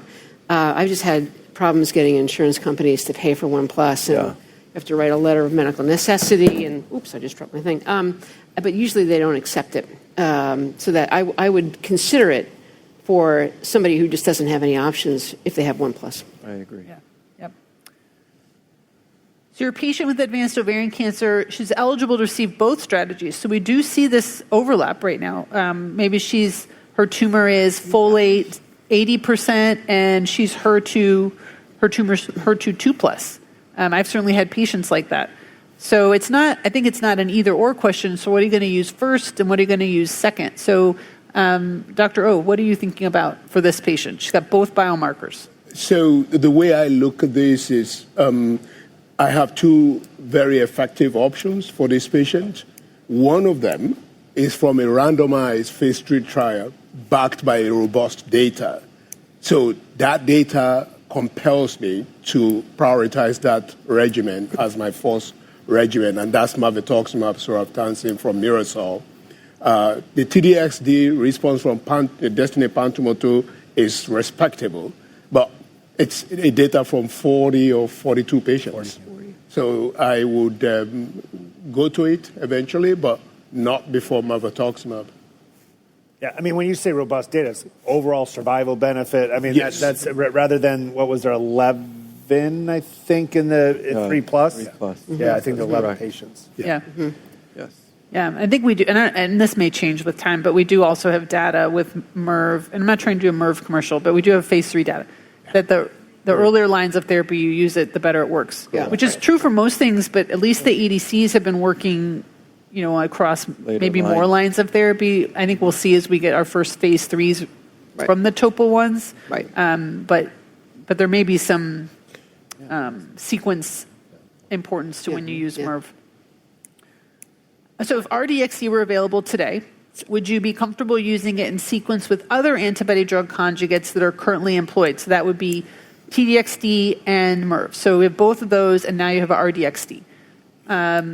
Dr. Eskander, what would you be thinking? Yes, I know this is a controversial response because of the payload and whether or not we can sequence drugs in this space that have overlapping payloads. I know that there's the data in the breast cancer literature suggests that there's issues in doing so. I think one of the caveats, we don't yet, number one is I don't know if we're going to see exactly the same paradigm across all solid tumors. Number two is absent a clinical trial and absent another strategy, I'm going to look to do something for my patient that's in front of me. And the last thing I want to do is give that patient topotecan, which is to me like kicking the can down the road to your next imaging assessment. Mm-hmm. So although it may not be ideal, I would still rather use an ADC like this, because even if the response rate is mitigated, like if in sequence it goes from 60 to 30%, that 30 is still substantially better than the 15% I'm seeing with a single agent cytotoxic. So it's not a perfect, as many things in our life aren't, but I do think in my practice I will start to use these because I just need to offer my patient what I think is going to be best. Yeah. And I think as we start to see these move into maintenance, if we use a time-limited amount of them and maybe a tumor doesn't progress on them, maybe there is a role for re-challenge, but I think we're going to have to get there. Well, in the maintenance strategy, if you not only you do not progress, you stop therapy and then have disease-free. I mean, we've all seen those in our practices where we have to stop for toxicity, and they continue to have prolonged disease control without therapy. I think that's a completely different scenario. No, I agree. Yeah. So, and then last question, how would you indirectly compare the rates of severity of ILD with RDXD versus TDXD? And admittedly, I didn't put any safety slides in there, so I apologize, but I think you guys know the data. How would you compare it at this point? Dr. Matulonis. Well, based upon the data that you've presented with RDXD, it does appear that the TDXD has higher incidence of ILD, but I think the issue, and I think we'll find out with RDXD, how do you manage it? But obviously, any patient who gets a grade 2 ILD with trastuzumab deruxtecan has to stop the drug forever. It's like it's contraindicated to continue on. So, and that is one of the issues with trastuzumab deruxtecan, is that you really do have to follow patients very carefully. I know that the stated risk is 10%, but I do think it's higher than 10%. So, yeah, I certainly look forward to other topo-1 payloads and drugs that don't have that worrisome ILD aspect to it. All right, Dr. O'Malley, I'm going to turn it over to you for other novel agents and strategies in advanced ovarian cancer. Take it away. So there is something besides ADCs. So I think as we look at this and we start thinking about the sequencing of these, as ADCs move closer in our upfront lines of therapy, or even in upfront lines of therapy, we really have an opportunity to look at these other agents. And outside of ADCs, Alex alluded to our recent data on weekly taxanes, and then we'll talk more about those ADCs. So I feel like a little bit of a poser, Alex. I apologize. Alex was the PI, the global PI of the study but relacorilant's mechanism of action is really very interesting. And I've said many times, I'm not a big MOA person. Just tell me if the drug works. At my core, I'm a surgeon. Cut it out. Give me a drug. But I think in this instance, the understanding of why we potentially are seeing benefit here. So not only is it a glucocorticoid receptor antagonist, but we have this area where we potentially, and we just had a Cancer Res paper, just got published this week, that's looking at direct overcoming intrinsic chemotherapy resistance. But I also believe, which we haven't started talking about much, and I'll talk about the curves, there is some immune modulatory effect because it blocks cortisol production.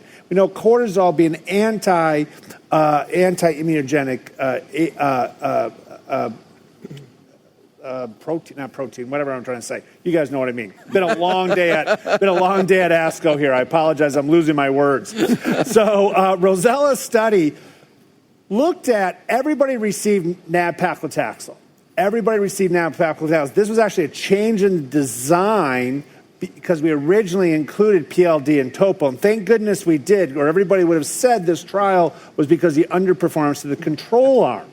But we don't use nab-paclitaxel that much in ovarian cancer, and then we randomized to relacorilant. Remember, relacorilant was actually, we had a phase 2 which looked at dose optimized, a continuous dosing versus intermittent, pointing to a more consistent findings from the intermittent dosing. So the intermittent dosing is day before, day of, and day after when you're receiving the weekly nab-paclitaxel, and then you have that 4th week off, giving that extra time for recovery.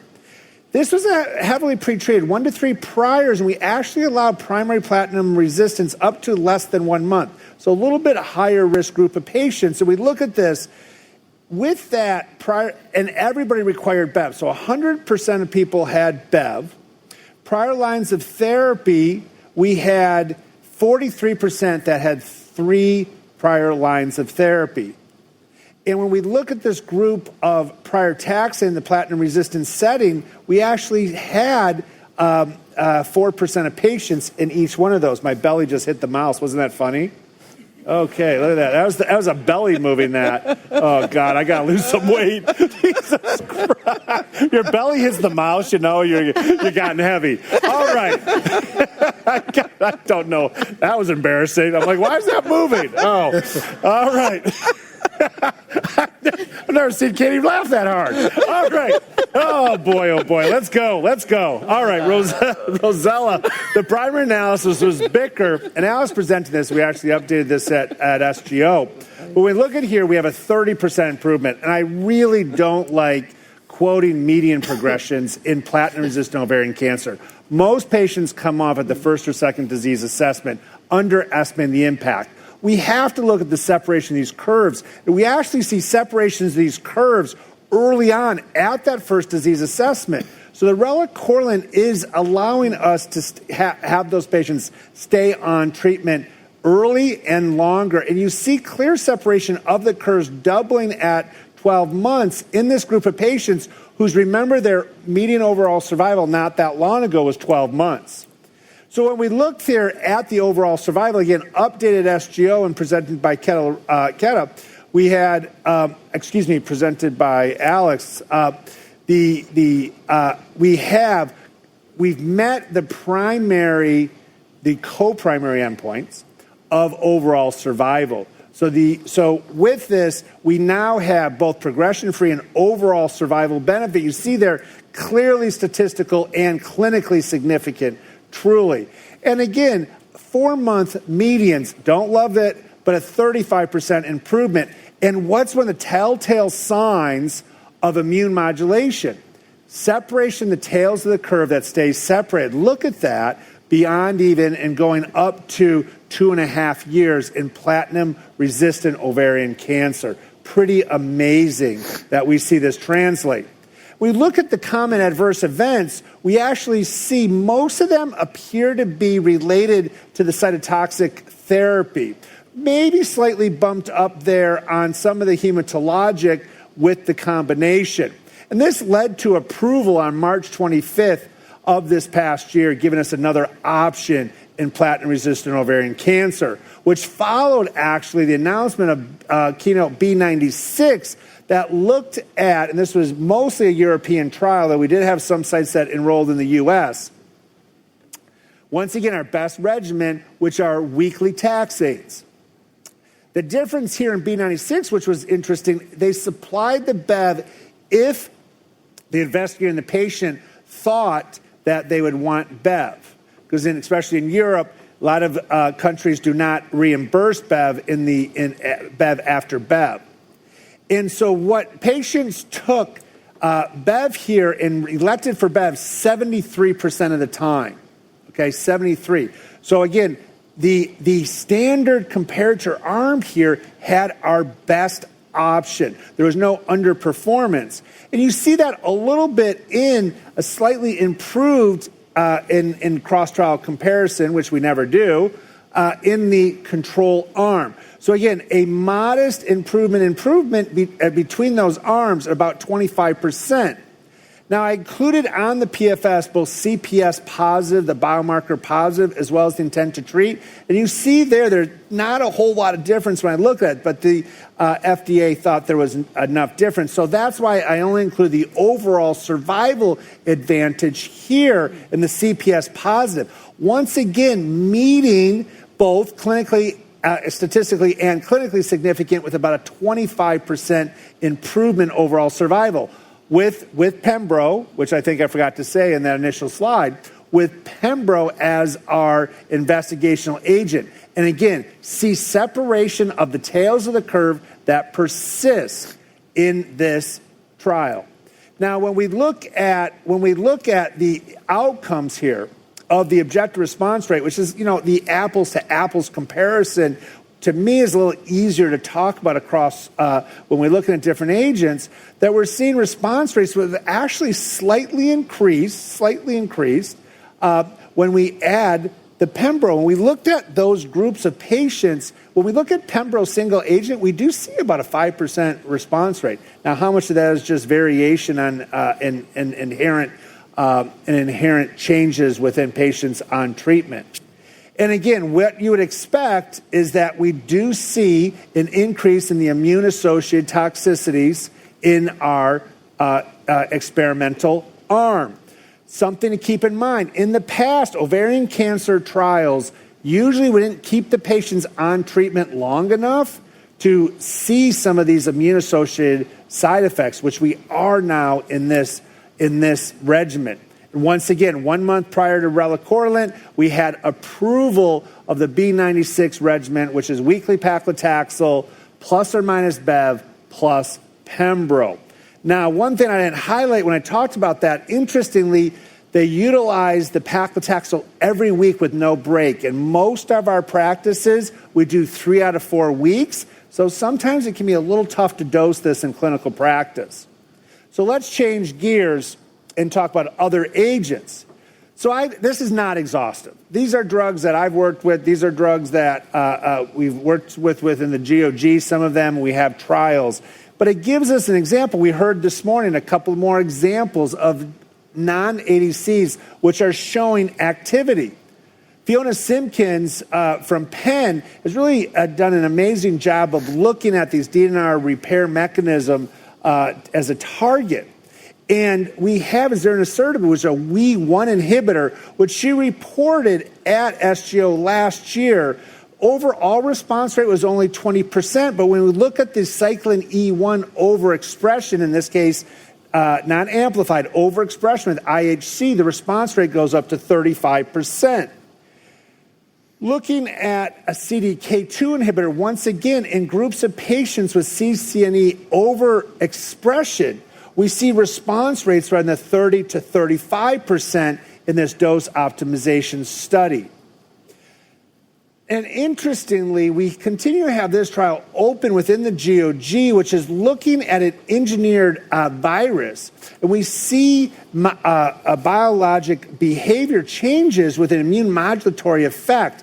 And actually, in this paper in the JAMA Oncology, we found response rates of 54% when combined with carboplatin, and now we're testing that in a phase 3 trial. Alison Tram just presented at this year's SGO the targeted TP53Y220C hotspot with their, Resotoport. Resotoport. I screwed it up. All right, long day. All right, I need some water. Resotopop. The Y220C is said to be expressed in about 3% of high-grade serous ovarian cancers. I think that may be an over-approximation. As I reviewed my own NGS at our institution, it was less than 1%. But saying that, we're able to do a large single-arm trial showing 44% response rate in this rare mutation. Our last, which is again, just as a representative sample, a MUC16 by CD3 bispecific. Again, the next generation of immune modulation, which many of us have worked with, Ubamatamab. I got it. Ubamatamab. All right. Took me a second. And looking at this, different combinations as well as single agent, about 20 to 31% response rate. But many of these are prolonged responses and a very well tolerated agent. So again, how do we utilize this next generation of immune modulation becomes very important. So thank you very much. I appreciate your time. Very good. I just want Dave to stay up and pronounce drug names. Oh my God. 14, my mouth is no longer working. So we're going to do some questions. I'm going to sprinkle in some of the audience questions because I want to make sure we get to some of these. And there's a few related to this next topic, again, around kind of biomarkers and sequencing. So let's do the question first. This is a patient with advanced ovarian cancer. She's eligible to receive all 3 strategies. She's got folate receptor alpha high, she's PDL or tumor, folate receptor alpha high, tumor, PD-L1 positive, and then relacorilant is available for 1 to 3 priors. So available for all 3. How are we? I don't know why I said I would not sequence these agents, but I must have been. You weren't feeling because you had 2 weekly taxing. She had 2 weekly taxing. That's it. Okay. Yeah. I'm like, why would I do that? I must have been grumpy. No. It's like you. I don't know. I don't know. We're tired of these questions. No more questions. It was a Natalie Portman quote. Okay. So how would we sequence these? How would you think about using, because we have 3 agents. They have PFS, OS, benefit. They're all about the same magnitude. Some biomarker selected, some not. So why don't I start with Dr. Eskander? Why don't you take us through your thought process on this group, and then I'm going to come to you, Dr. Olawaiye. Yeah, so in my mind, again, it kind of ties into the comments from our earlier conversations. the biomarker-directed strategy appeals to me. The data that if we employ the mirvetuximab FR-alpha appropriately selected patients earlier in their disease course, I may be able to enrich for a response and for a duration of response in that patient. So that's my rationale for starting with that ADC. In all transparency, the other two regimens in my mind could go either way. Whether I do the weekly paclitaxel, Bev, pembrolizumab, or the nab-paclitaxel relacorilant, it's half a dozen of one, sixth of the other. I responded in this way for this particular regimen, but it could flip it around, quite frankly. Did you notice my little asterisk there? Yeah, what was that? I would not use both of the nab-paclitaxel and paclitaxel. I did not notice. Yeah, I want to my little asterisk. I want to call it out. Notice that. Yeah. But it's funny. It comes back to my comment before, though, Dave. When you don't have a trial, take the trials away. You're in practice. You have both of these agents. You wouldn't ultimately go back to one of these if you put another regimen in between them? If I had clear progression, if I had clear progression on the first regimen, I would not. No. I think the toxicity in these, the neuropathy, the inconvenience, I would not. If I had used B96, had stopped the weekly paclitaxel, continued Bev, Pembro, and then they progressed, absolutely. So I have two comments. One comment is obviously we can only use Pembro, weekly paclitaxel for PD-L1 positive cancers, for patients who have a PD-L1 positive. And then I think there are times when you really do want to use bevacizumab, and so that regimen allows bevacizumab use, whereas the nab-paclitaxel relacorilant does not have bevacizumab. Yeah. I'm going to come to Alex and then Well, so first of all, I think in my mind, scientifically, the B96 and the Rosella regimen are kind of mutually exclusive. In Rosella, we did not allow people that progressed on weekly taxane into the study. So, yes, people are likely to use them one after the other, but there is no evidence that it will be effective to do that. The reason why I felt like I would use the Rosella regimen first here is because of the toxicity profile that was really, really not much on the trial, and that I would allow the patient to go on that first. It's an easier medication to give, and then give it for as long as possible. And when they then progress, as they most likely will at some point, then I can go to mirvetuximab. I don't think that B96 will be in play if they've progressed on Rosella. Dr. Eskander, Ramez, did you have a comment? The only reason I challenge myself a little bit with this is I've had patients, initial platinum resistance after Q3-week carboplatin and paclitaxel, who I put on weekly paclitaxel Bev, who can stay on it with clinical benefit for a year, 16 months. They just came off a carboplatin paclitaxel regimen. So if I didn't believe that paclitaxel, again, I know weekly is different than a Q3-week dosing, and that may be the secret sauce, but it's hard to know without really knowing, and we haven't examined this to really understand the difference. And it goes back to me again, is I think providers, treating physicians, we just need options in the context of the patients that we're caring for. I agree. So I'm going to just build on this question a little bit so I can pick up a couple of the audience questions. One relates to testing for folate receptor alpha. So let's have this patient here. She's recurred. We've tested her archival tissue, and it was negative, or maybe it was folate medium. And now she's recurred platinum resistant. Are you retesting? Question one. Question two is, say we have one of the 3 folate receptor alpha topoisomerase 1 inhibitors that Ursula brought up. How would you, if you could, how would you sequence that in? Would you prioritize that for a patient that's folate something? And if not, would you prioritize RDXD or TROP2? Are you going to prioritize those topo ones for high folate? Like, how are you thinking about the biomarker there? I think, Katie, that's a great question. I don't think we really know yet, and I think we're going to, as these agents become available to us and our patients, it'll be really understanding, using these drugs, understanding their toxicities, From a just a global standpoint, they look pretty similar in terms of, they have topo I payload, but there are going to be subtle differences amongst them.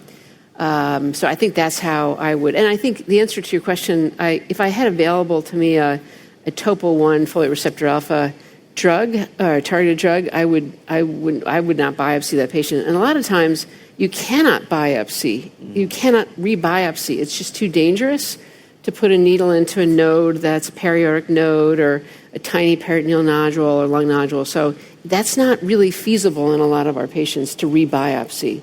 Yeah. You could, if the patient, for example, does undergo neoadjuvant chemotherapy and interval cytoreduction, to retest that cytoreductive surgery, if you want to retest or any old tissue that might be around.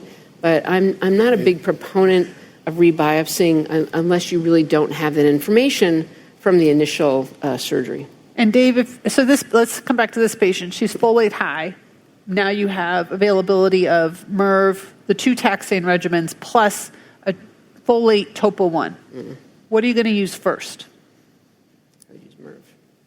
If she's high, oh boy. High folate receptor alpha with survival advantage, and what I know now, I'm still going to sequence the MIRV. I agree. I would absolutely look for that patient to get her access to topo I. Trying to tell the future and what these large phase 3 trials will show us and be able to say, would I sequence in a low, since it's high, I feel much more confident in the MIRV. In the medium patient with more data, if, say, we have a positive phase 3 trial, in that scenario, I probably would be the topo I payload and then come to MIRV after. MIRV after. Someone asked about the optho issues with MIRV. That's going to be Dr. Olawaiye's talk in a moment, so I'm going to come back to that. Let's just bip through a couple of these more so we can get to your presentation. Would you employ Pembro weekly pack with or without Bev for a patient with PD-L1 negative advanced ovarian cancer? Most of us said no, except for Dr. O'Malley and Dr. Eskander. Dr. Eskander, why are you using this off-label? Dave bullied me. No. So I think there's nuances to this. I think that the design of the trial, the efficacy data, when you look at the intent to treat population, you call it out, it's a smaller subset. What's odd about this study, actually, and this is what gives me a little bit of pause even about this, 73% of the patients were PD-L1 positive. That's a higher proportion than actually what you would anticipate from legacy studies. So it's an underpowered population to try to really define whether PD-L1 negativity informs response or not. So it's hard to know. I will use it per label, but if I'm in a bind again and I'm trying to get this patient a therapy and I'm out of effective options, I would give it a shot. And then how about because the study was plus minus bevacizumab, although a pretty good majority received Bev, but not all. Do you think, who would consider using this without the bevacizumab? Just going with the weekly pack, pembrolizumab, is that a thing you're thinking about? Well, I think for the reasons I put down, I think if there's a contraindication, patient has, impending bowel obstruction, significant hypertension, underlying renal disease, or there really was not, at least in my estimate, there was progression quickly through prior Bev, then I'm not sure how much the Bev is really going to add. And certainly in the contraindication, you just can't use it. Yes, but I would find it very difficult to justify doing that because if we just leave this trial out and go back to a lot of the IO trials that we did in ovarian cancer, huge trials with chemo and IO, negative. So why would we believe that? I believe that the 80% that received Bev with the Pembro and weekly taxane in B96 drove the efficacy. There's no way that Bev did not influence the efficacy. So I'm going to stick with you because you're the PI of the relacorilant study.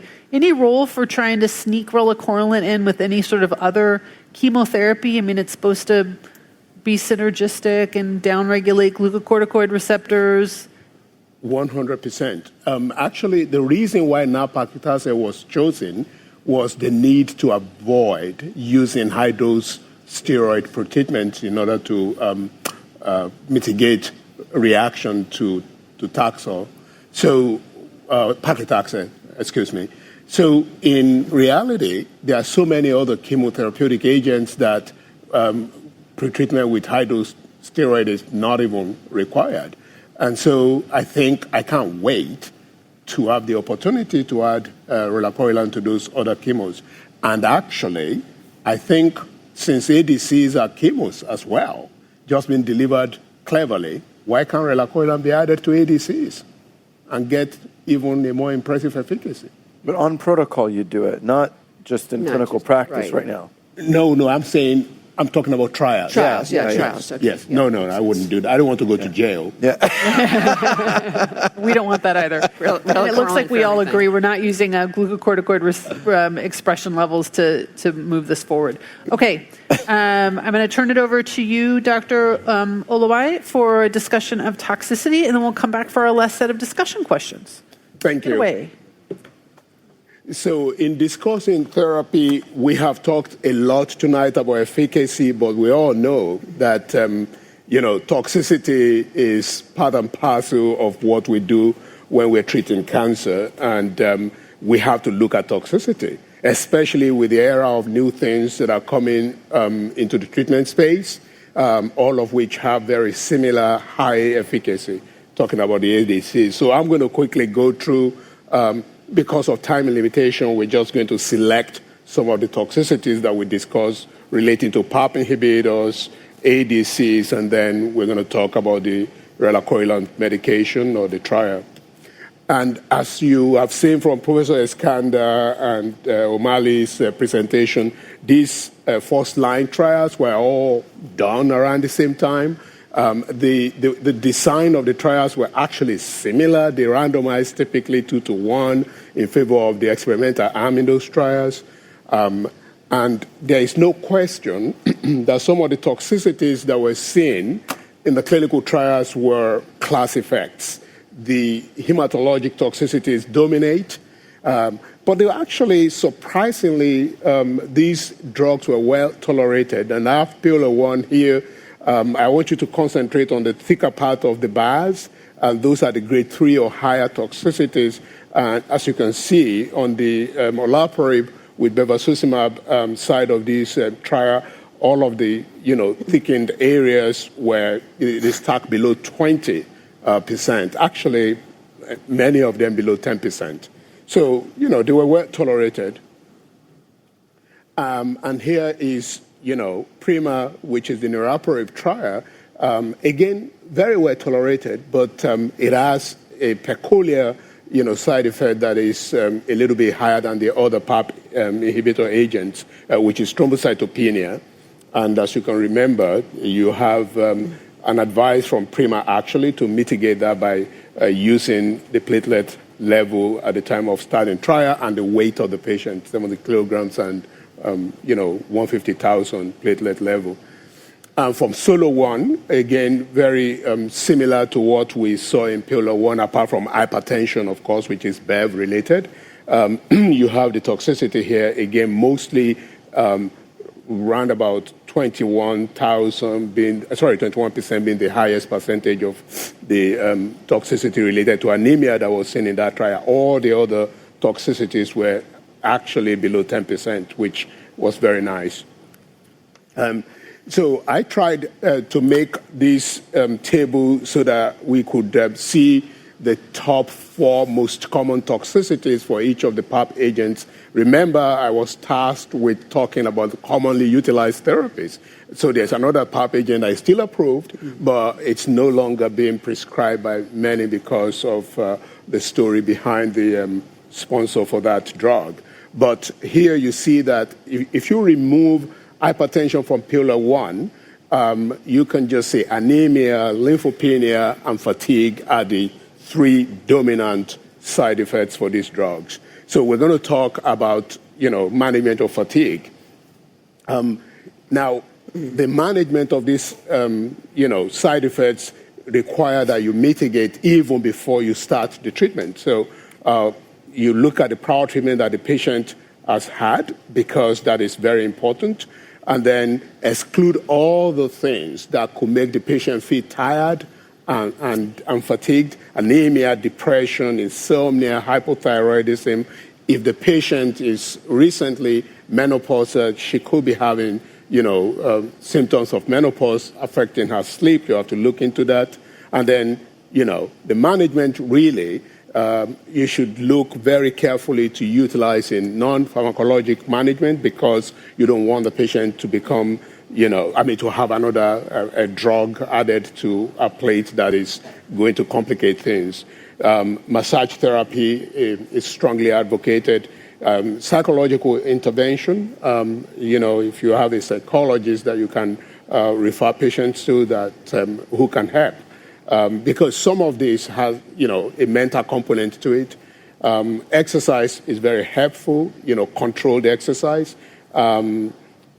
Ginseng, methylphenidate are also agents that have been used in this space.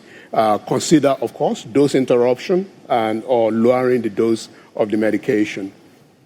For hematologic toxicities, you just have to monitor aggressively for them. Baseline testing is very important to ensure that the recovery is back to grade 1 before you reinitiate therapy, and consider reducing dose when appropriate to do so. So for a grade 1, continue and monitor. For grade 2, interrupt, and when you restart, consider reducing dose. For grade 3 and 4, certainly wait until the toxicity reverts to grade 1 and then reduce toxicity for treatment. Exclude other causes, of course, of these toxicities. The thrombocytopenia is the one toxicity that is very difficult to manage. Basically, we don't have very much that we can do about it. And so the outline of what we advise people to do is either interrupt treatment and resume when the platelet recovers so that the toxicity is grade 1, and reduce dose if you have grade 2 toxicity, and certainly with grade 3. And if it doesn't recover to grade 1 within 4 weeks, you should consider referral to a hematologist.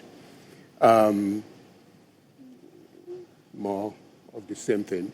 Neutropenia is the same, continue monitoring, and if it's grade 1, interrupt and monitor if it's grade 2, and restart treatment when it goes back to grade 1 with dose reduction. And, of course, consider reactive use of GCSF. MDS is the scary toxicity associated with these PARP inhibitor agents. The incidence of myeloid neoplasm has increased with introduction of PARP inhibitors. And as you know, in first line, it's only about 1 to 2%, but in subsequent line, it could be as high as 7%. Older age is a risk factor. Multiple lines of platinum-based therapy prior to initiating PARP inhibitor is also a risk factor. And I'm just going to now switch quickly to ADCs, and Mirasol is the most important one. Mirvetuximab soravtansine from Mirasol is the most important one. As you can see, 56% ocular toxicity rate, and that's what we're going to really focus on and talk about. The median onset is about 5.4 weeks, and on trial, only about 4 patients, though, discontinued therapy. The reason why it occurs is because folate receptor alpha is expressed in the retina, and there is an off-target effect of the mirvetuximab drug by leaking into the eye structures, and transient corneal alteration called microcystic-like epithelial changes can also occur as part of the complex. And the mitigation strategies include eye exam, medical history, lubricating eye drops, corticosteroid eye drops, vasoconstricting eye drops is not recommended because of the type of ocular toxicity disease. Cold packs are not recommended, and avoid the use of contact lens. Trastuzumab, you heard about, and we talked about the toxicity of trastuzumab, the ILD being the most important one.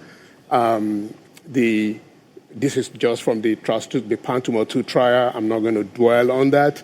The adverse events of special interest are listed here, but the most important one that we're talking about is the ILD. It's an inflammatory or a fibrosis-related process.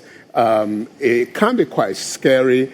It emanates from off-target effect of trastuzumab deruxtecan, and I have some pictures of the ILD evolving there, and you can see in the bottom picture what happens when you treat with steroid, which you should engage once it gets to like grade 2 or persistent grade 1.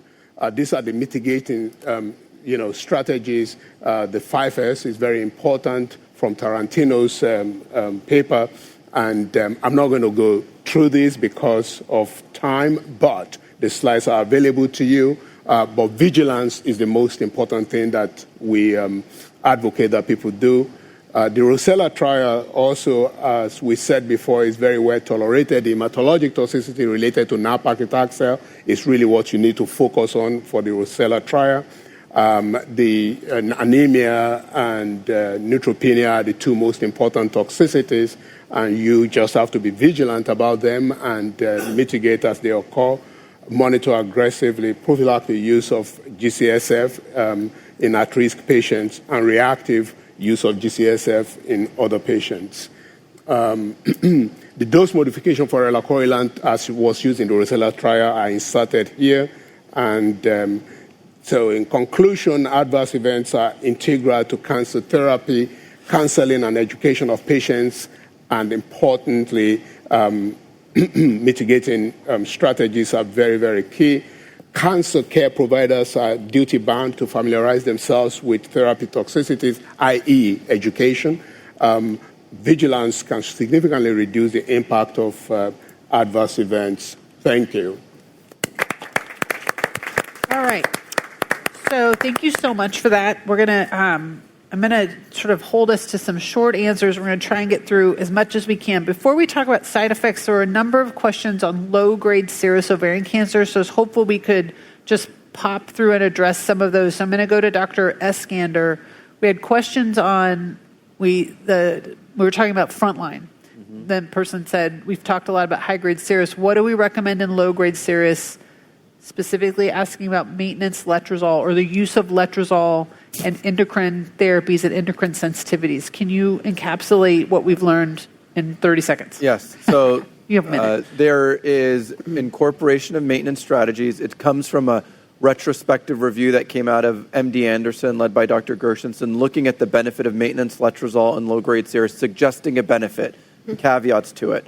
So in clinical practice, many have adopted a carboplatin paclitaxel with maintenance letrozole. Just at SGO, there was a report out of a clinical trial that looked at patients after surgical resection trying to replace or get rid of the cytotoxic chemo part to see, can we just do letrozole in this hormonally responsive tumor? And the trial was negative for its primary endpoint, suggesting that right now the data doesn't suggest that we can do that. And so in clinical practice, personally, I do carboplatin paclitaxel and talk to my patients and recommend maintenance letrozole. And then how about in the recurrent setting? What's our kind of paradigm for endocrine sorts of regimens in the recurrent setting? Of course, we have avutometinib, defactinib for KRAS. Mm-hmm. Yeah. But what else are we thinking about in that space? So there's NCCN compendium listings of different strategies. There's data that has emerged with a combination of CDK4/6 inhibitors with aromatase inhibition. So I've used that in clinical practice. Mm-hmm. There's other hormonal strategies that can be incorporated independent of just the aromatase inhibitors as well. And so you want to, what I would emphasize is that it doesn't just stop at the AI monotherapy as maintenance. Right. There's combination strategies that exist. There's other alternate non-AI hormonal strategies that you can utilize, of which all of them in these patients, disease stability for a very long time can be a great clinical outcome because they can stay asymptomatic with a good quality of life. And that's what we see with some of these hormonal therapies. Yeah. And I think type of therapy I would add to that, especially for RAS wild-type patients, are just plain old MEK inhibitors like trametinib. It's definitely a response right there. And obviously testing, you can certainly test for HER2, although it's going to be probably zero. But certainly for folate receptor alpha, there's a chance that could be positive and and mirvetuximab could be contemplated. Just as good chance as high grade. I absolutely Yeah, test right. all my patients for HER2 and Right. folate receptor alpha for low grade. Yep. And I would also like to say that we have to remember, because of the reason why that person probably asked the question is how difficult it is to treat low-grade ovarian cancer. They're indolent, but they don't tend to respond very well to the response rate to chemotherapy is like 10%. And so it's a surgical disease. We only stop operating on them when we can no longer do surgery. So just remember that. If it's still possible to go and resect the disease, I will refer the patient to a surgeon to try and resect, if that is an option.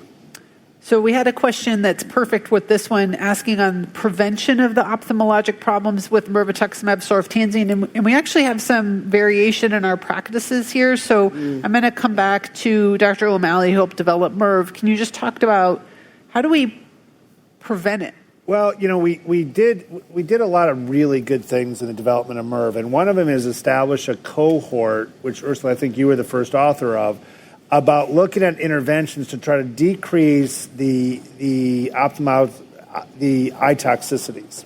And with those eye toxicities, we did, by using these mitigation strategies, decrease our more severe eye toxicity, those grade 3, but the overall incidence is still 50%. Mm-hmm. There is risk to prophylactic steroid eye drops, increased rate of cataracts. It